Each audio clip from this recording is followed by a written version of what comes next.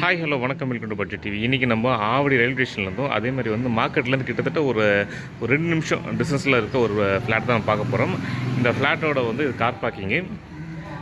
அப்படியே ஃப்ளாட் போய் பார்க்கலாம். என்ட்ரன்ஸில் பார்த்தீங்கன்னா ஒரு நல்லா அழகாக டீ கூட் டோர் கொடுத்துருக்காங்க.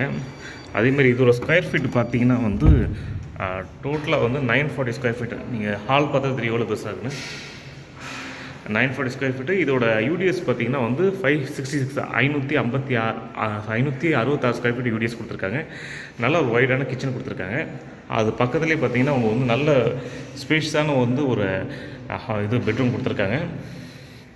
இதில் அட்டாச் டாய்லெட் பாத்ரூம் இருக்குது.